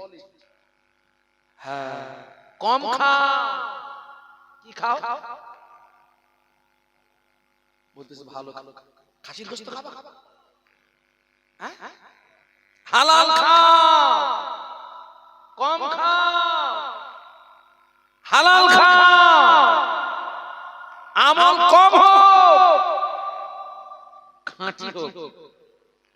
খাঁটি আমলের অনেক দাম, খাঁটি আমলের ওসিলা দিয়ে দোয়া চাইলে আল্লাহ ওই খাঁটি আমলের ওসিলায় বান্দার বড় বড় বিপদ মুসিবত থেকে আল্লাহ বান্দাকে বাঁচিয়ে দেয়। একটু জোরে বলুন, খাঁটি আমলের ওসিলা দিয়ে দোয়া চাইলে আল্লাহ জীবনের গুনাহ মাফ করে দেয়। খাঁটি আমল, ছোট্ট করে একটা কথা বলি, আমার দিকে তাকান। আপনাদের এলাকায় আমি একটা বাসি কথা বলছি, বাসি কথা, শবে বরাতের রাতে মসজিদে ভিড় হয়, কিরাম হয়, ওরে সর্বনাশ, এত ভিড় হয়েছে ওদের কিন্তু সারা বছর পাওয়া যায় না। বলো ওই দিন এসে বলতে হুজুর নিয়ত বলে দেন আজ লাগবে, এই লাগবে মানে না হুজুর নিয়ত বলে দেন, কোন নিয়তে নামাজ পড়বো? আচ্ছা ওই যে ওই রাতের নামাজগুলো কি নামাজ, ফরজ ওয়াজিব না সুন্নাত নাকি নফল? তো ইমাম সাহেব নিয়ত বলে দিয়েছেন, নিয়ত বলে দিয়ে দেখে ভিতরে দুমদাম আওয়াজ হচ্ছে, হ্যাঁ পুরো পিছনে দুমদাম, মানে পুরো টান টানতেছে, পুরো টান, সারা বছরের কাজা তুলে বাড়ি যাবে, ওই নামাজের 4 আনা পয়সা দাম না। আল্লাহ রাসূল বলেছেন সাল্লু কামা রাআইতুমুনি সাল্লি, নামাজ পড়ো ওইভাবে যেভাবে আমাকে পড়তে দেখো। সুবহানাল্লাহ বলো। নামাজ পড়তে হবে ধৈর্যের সঙ্গে, কিসের সঙ্গে? ধৈর্যের সঙ্গে। অত নফল পড়তে হবে না, পুরন টান টেনো না, 2 রাকাত নামাজ পড়ো, নফল নামাজ ধৈর্যের সঙ্গে পড়ো, খুশুর সঙ্গে পড়ো। আল্লাহ চাইলে এই 2 রাকাত নফল তোমার জন্য নাজাতের ওসিলা হয়ে যাবে। তবে ওই নফলের মূল্য আল্লাহর দরবারে আছে যার ফরজ ইবাদত ঠিক আছে, ওয়াজিব ইবাদত ঠিক আছে, সুন্নত ইবাদত ঠিক আছে, তার নফল ইবাদতের দাম আছে। যার ফরজ ইবাদত ঠিক নেই, ওয়াজিব ইবাদত ঠিক নেই, সুন্নত ইবাদত ঠিক নেই, ওর নফল ইবাদতের কম মূল্য নেই, নেই। সেই জন্য আপনাদেরকে বলবো আমল কম হোক, সলিড হোক, খাঁটি হোক। খাঁটি আমলের কত দাম! বনি ইসরাইল গোত্রের 3 জন ব্যক্তি আল্লাহর জমিনে সফরে বেরিয়েছেন। বনি ইসরাইল গোত্রের 3 জন ব্যক্তি আল্লাহর জমিনে সফরে বেরিয়েছেন। প্রতিমধ্যে ঝড় বৃষ্টি তুফান শুরু হলো, ঝড় বৃষ্টি তুফান শুরু হলো। ওই 3 জন ব্যক্তি ঝড় বৃষ্টি তুফান থেকে বাঁচার জন্য একটি গুহার ভিতরে আশ্রয় নিল। কিন্তু দেখতে পাওয়া যায় বিশাল একটা পাথর গড়াতে গড়াতে গড়াতে গড়াতে গুহার মুখটা এসে আটকে গেল। 3 জন ব্যক্তি জীবন যাওয়া ছাড়া কোনো রাস্তা নাই। ছোট মুসিবত থেকে বাঁচতে গিয়ে এখন কঠিন মুসিবতে পড়েছে। যে গুহার ভিতরে আশ্রয় নিয়েছে, বিশাল একটা পাথর এসে একদম গুহার মুখটা হাতের হাঁড়িতে যেরকম সরা দিলে যেরকম, ওরা যে ভিতর থেকে ঠেলা মেরে পাথরটাকে সরিয়ে দেবে লাইন নেই। এখন তিনজন ব্যক্তির জীবন যাওয়া ছাড়া কোনো গতি নাই, কোনো রাস্তা নাই। তিনজন ব্যক্তি গুহার ভিতরে পরামর্শ করছে, ভাইরে এই কঠিন মুসিবত থেকে বাঁচতে গেলে, কঠিন বিপদ থেকে বাঁচতে গেলে রাস্তা একটা, আমাদের জীবনে যার নেক আমল আছে ওই নেক আমলের ওসিলা দিয়ে দোয়া চাই। আল্লাহ চাইলে আল্লাহ গুহার মুখ থেকে পাথর সরিয়ে দিয়ে আমাদেরকে বাঁচিয়ে দেবেন। একটু জোরে বলুন। বাবা, আমার জীবনের কোন আমলটা ভালো আর কোন আমলটা খারাপ, চোখ দুটো বন্ধ করে আমলের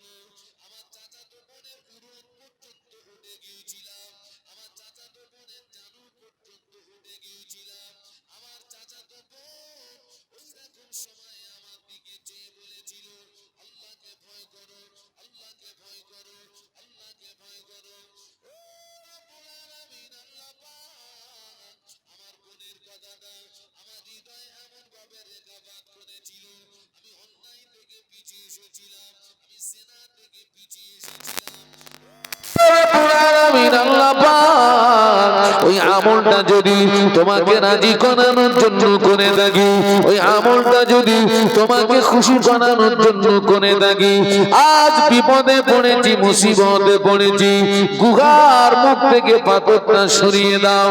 মোনাজাত করা শেষ, গুহার মুখ থেকে কিছুটা পাথর সরে গিয়েছে। একটু সুবহানাল্লাহ বলো। আচ্ছা ভাই, ওই যে ও যেখান থেকে সরে এসেছে, পিছিয়ে এসেছে, ওই জায়গা থেকে সরে আসা, পিছিয়ে আসাটা সহজ না কঠিন? ওর চাচাতো বোনের সঙ্গে জেনা করার জন্য ওর চাচাতো বোনের জানু পর্যন্ত উঠে গেছে, উরুত পর্যন্ত উঠে গেছে। ওর বোন ওকে কি বলল? আল্লাহকে ভয় কর। এই ছেলেরা আমার দিকে তাকাও। পুলিশ প্রশাসন দিয়ে কারো চরিত্র সংশোধন করা যায় না যতক্ষণ পর্যন্ত তার ভিতরে আল্লাহর ভয় না আসে। এই তুই করছিস কি? আল্লাহকে ভয় কর, আল্লাহকে ভয় কর। আজকে বিশ্বাস করুন, অধিকাংশ মাহফিলে জেনা হয়। এই আপনারা মানেন না? মানেন না? অধিকাংশ মাহফিলে জেনা হয়। এই খোকা শুধু ফায়ার করার নাম জেনা না। চোখের জেনা আছে, কানের জেনা আছে, হাতের জেনা আছে, পাঁচ জেনা আছে। হ্যাঁ, ওই যে ওয়াজ মাহফিল হলে যেখানে বাজার বসে ওখানে তো ভিড় হয় কেন বলদিন খোকা? কেন? ওই বাজারে যতগুলো মেয়ে আছে ওদের যদি পুরো ছেঁকে যদি তোরা একটা জায়গায়, ওদের যদি পুরো বাজার থেকে টেনে এনে যদি একটা জায়গাতে ওদেরকে পর্দার ভিতরে রাখা হয়, পুরো বাজার 5 মিনিটের মধ্যে কি হয়ে যাবে? ওসব ঘুরতেছে, মানে ঠান্ডায় ঘুরতেছে সব। ওরা মনে করতেছে কেউ জানে না। খবরটা রাখতেছে কে? কোন ধান্দায় ঘুরতেছিস? চোখের ইশারার খবরটাও কে রাখে? আল্লাহ রাখে। তুই যে চোখ মারবি ওটাও ধরতে পারবি। কোন দিক ফিরে মারবি? কোন দিকে ফিরে মারবি? ও রব্বুল আল্লাহ পাক, আমি আমার চাচাতো বোনের সাথে জেনা করার জন্য চাচাতো বোনের সঙ্গে ব্যভিচার করার জন্য আমার চাচাতো বোনের জানু পর্যন্ত উঠে গিয়েছিলাম। আমার চাচাতো বোন আমার দিকে চেয়ে বলেছিল, আল্লাহকে ভয় করো, আল্লাহকে ভয় করো, আল্লাহকে ভয় করো। ও রব্বুল আলামিন, আল্লাহ পাক আমার বোনের কথাটা আমার হৃদয়ে এমন ভাবে রেখাপাত করেছিল। তুমি অন্যায় থেকে পিছিয়ে এসেছিলাম, জিনা থেকে পিছিয়ে এসেছিলাম। আল্লাহ পাক ওই আমলটা যদি তোমাকে রাজি করানোর জন্য করে থাকি, ওই আমলটা যদি তোমাকে খুশি করানোর জন্য করে থাকি, আজ বিপদে পড়েছি, মুসিবতে পড়েছি, গুহার মুখ থেকে পাথরটা সরিয়ে দাও। মোনাজাত করা শেষ, গুহার মুখ থেকে কিছুটা পাথর সরে গিয়েছে।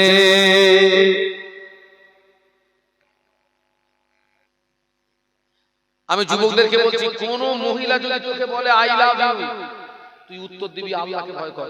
এটা হবে নেক আমল। কি আমল হবে? কোন মহিলা যদি তোমাকে বলে আমি তোমাকে ভালোবাসি, তুমি উত্তর দাও আমি আল্লাহকে ভয় করি।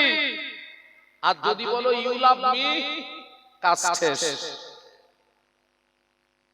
কাজ শেষ। আল্লাহ আমাদেরকে হেদায়েত দান, বলুন আল্লাহুম্মা আমিন, বলুন আল্লাহুম্মা আমিন। খুব সাবধান, পাথরটা সরেছে ঠিকই, কিন্তু বার হওয়ার রাস্তা হলো না, এখনো বাকি আছে কজন? দুজন। দ্বিতীয় ব্যক্তিটা তার জীবনের একটা নেক আমলের উসিলা দিয়ে দোয়া করেছে, পাথর আরো কিছুটা সরে গেছে, কিন্তু এখনো বার হওয়ার রাস্তা হয়নি, বাকি আছে একজন। এই একজনের দোয়ায় যদি পাথর সরে, তিনজন বাঁচবে। একজনের দোয়ায় যদি পাথর না সরে, তিনজন। তাহলে আমলটা কতটা খাঁটি আমল হওয়া চাই, নেক আমল হওয়া চাই। তিন নম্বর ব্যক্তিটা দোয়া চাইছেন, ও রব্বুল আলামিন, আল্লাহ পাক, আমি সারাদিন মাঠে বকরি চনা দাও, আমি সারাদিন মাঠে বকরি চনা দাও, ওই বকরির দুধগুলোকে তখন করে আমি আগে পান করি না, আমার বিবি ছেলে মেয়েকে আগে দিই না। আল্লাহ পাক, আমার আম্মা বড় দুর্বল, আমার আম্মা বড় জয়ীফ, আমি দুধ এনে আগে আমার আম্মাকে দিয়েছি, তারপরে আমার আব্বাকে দিয়েছি, তারপরে বিবি ছেলে মেয়েকে দিয়েছি, তারপরে আমি পান করেছি। ও রব্বুল আলামিন, আল্লাহ পাক, ওই আমলটা যদি তোমাকে রাজি করানোর জন্য করে থাকি, ওই আমলটা যদি তোমাকে খুশি করানোর জন্য করে থাকি, আজ বিপদে পড়েছি, মুসিবতে পড়েছি, গুহার মুখ থেকে পাথরটা সরিয়ে দাও। মোনাজাত করা শেষ, গুহার মুখ থেকে টোটাল পাথরটা সরে গিয়েছে। সুবহানাল্লাহ। আগে দিয়েছে কাকে? সবাই মিলে বলুন, মা। নবী পাকের স্বামী একদিন আল্লাহ নবীকে জিজ্ঞাসা করেছিলেন, ইয়া রাসূলুল্লাহ, হাবিবাল্লাহ, হুজুর আমি খেদমত করব কার? আল্লাহ নবী বললেন তোমার মায়ের। তারপরে কার? আল্লাহ নবী বললেন তোমার মায়ের। তারপরে কার? আল্লাহ নবী বললেন তোমার পিতার। তারপরে তোমার মায়ের। তারপরে কার? তারপরে তোমার পিতার। বিশ্ব নবী মা পিতা অপেক্ষা মায়ের ইজ্জত 3 গুণ বাড়িয়ে দিয়েছে। একটু সুবহানাল্লাহ বলো। এইখানটা একটুখানি বলে নেই, একটুখানি বলে নেই। সমাজে আরো একটা রোগ আছে, কঠিন রোগ। কি রোগ?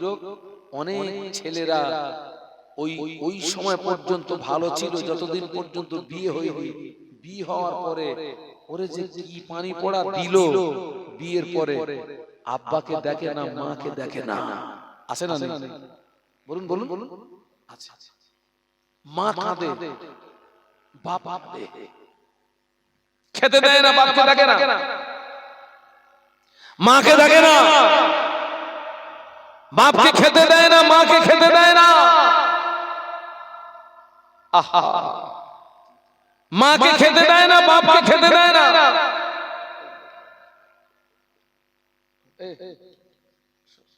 মাকে খেতে দেয় না, বাপকে খেতে দেয় না। মায়ের চোখের পানি ফেললি, বাপের চোখের পানি ফেললি, তোর জীবনটা ধ্বংস ধ্বংস ধ্বংস ধ্বংস। আল্লাহ নবী সাহাবীদের নিয়ে বসে আছেন, হঠাৎ একজন বৃদ্ধা মহিলা আল্লাহ নবীর দরবারে আসলেন। আল্লাহ নবী বৃদ্ধা মহিলাকে দেখে দাঁড়িয়ে গেলেন। সাহাবীরা অবাক হয়ে যান, কে মহিলা, কে মহিলা যাকে দেখে বিশ্বনবী দাঁড়িয়ে গেলেন। ওই মহিলা যখন বিশ্বনবী নিকটস্থ হলেন, আল্লাহ নবী গায়ে চাদর মোবারকটা খুলে বাত করে জমিনে বিছিয়ে দিলেন। সাহাবীরা অবাক হয়ে যান, কে মহিলা? ওই মহিলা আল্লাহ নবী নিকটস্থ যখন হলেন, আল্লাহ নবী মহিলার হাত ধরে চাদর মোবারকের উপরে বসিয়ে দিলেন। আল্লাহ নবীর সঙ্গে কথোপকথন হলো। কিছু সময় পরে মহিলা যখন বিদায় নিলেন, বৃদ্ধা মহিলা যখন বিদায় নিলেন, সাহাবীরা জিজ্ঞাসা করলেন, ইয়া রাসূলুল্লাহ, কে মহিলা চিনতে পারলাম না। আপনি আল্লাহর নবী, আপনি যাকে দেখে দাঁড়িয়ে গেলেন, আপনার চাদর মোবারকটা বসার জন্য বিছিয়ে দিলেন। আল্লাহ নবী কাঁদো কাঁদো নারে বলেছিলেন, ও আমার সাহাবীরা, আমি রাসূলুল্লাহ আমার আব্বাকে পাই না, আমার মায়ের সেবা যত্ন বেশি দিন পাই না। এই বৃদ্ধা মহিলা আমার অন্য কেউ না, এই বৃদ্ধা মহিলা হলেন আমার দুধমা হালিমাতুস সাদিয়া।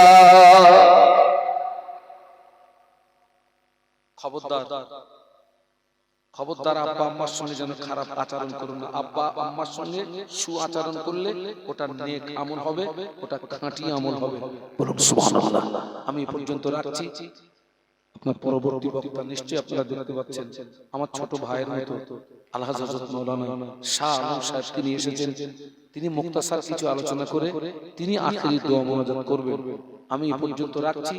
আমি যতটা বলেছি, আপনার ভাষাগত ভুল ত্রুটি আপনারা ক্ষমা করবেন, আমার জন্য দোয়া করবেন। আমি যতটা বলেছি আল্লাহ যেন তার চেয়ে আমাকে বেশি আমল করার তৌফিক দেন, বলুন আমিন। আর একটা কথা বলি, আমি আপনার জলসায় আমি একটা কিতাব বিক্রি করি, সেটা হচ্ছে আল্লামা হুজুরের লিখিত নামাজ শিক্ষা। এটা আমি জলসায় বিক্রি করি, কারণ অনেক মানুষ উযু জানে না, গোসল জানে না, আপনার ফরজ গোসলের নিয়ম জানে না, পাক না পাক জানে না, আপনি কি করে নামাজে দাঁড়াতে হবে তাও জানে না। আল্লামা হুজুর বলে গেলেন, আমার কিতাব যার ঘরে থাকবে আমি রুহুল আমিন তার ঘরে রয়ে গেলাম। বলুন সুবহানাল্লাহ। আমার ছেলেরা, এই যুবকেরা, তোমরা যারা এখানে আছো, জীবনে অনেক পয়সা মোবাইলের পিছনে খরচ করেছো। হুজুরের কিতাবের প্রিন্ট হচ্ছে 70 টাকা, আমি ওটা 50 টাকা করে বিক্রি করি। 50 টাকা। আমি হাজার হাজার কিতাব আল্লামা হুজুর লিখিত নামাজ শিক্ষা হাজার হাজার কিতাব আমি বিক্রি করি, হাজার হাজার। জি, আজকে হুজুরের বাড়ির পাশে মাহফিলে এসেছি, তাও আমি নিয়ে এসেছি কিতাব সঙ্গে করে। পারলে যদি কাছে 50 টাকা থাকে, হুজুরের একটা কিতাব কিনুন, পড়বেন। আল্লাহ রাসূল বলেছেন, উতলুবুল ইলমা মিনাল মাহাদি ইলাল লাহাদ। জ্ঞান অর্জনের সময় হচ্ছে দোলনা থেকে শুরু করে কবরে যাওয়ার আগ পর্যন্ত। কবরে যাওয়ার আগ পর্যন্ত আল্লাহ আমাদের সকলকে শোনা বলার নেক আমল করার তৌফিক দিন। আমার ছোট ভাইকে রেখে গেলাম, সকলে আখিরি দোয়া মোনাজাত নিয়ে যাবেন। আখিরি মোনাজাত আমি একবার দোয়া করেছি, বেটা আন। সকলে আখিরি দোয়া করে আমার আত্মবিশ্বাস ভাইরা আপনার জন্য মেহমানদারির ব্যবস্থা করেছেন। আলহামদুলিল্লাহ। আমার কমিটি ভাইরা তারা অক্লান্ত পরিশ্রম করে আপনার জন্য মেহমানদারির ব্যবস্থা করেছেন। আখিরি দোয়া মোনাজাত করে আপনারা তাবারুক গ্রহণ করে তারপরে যাবেন। দরুদ শরীফ আল্লাহ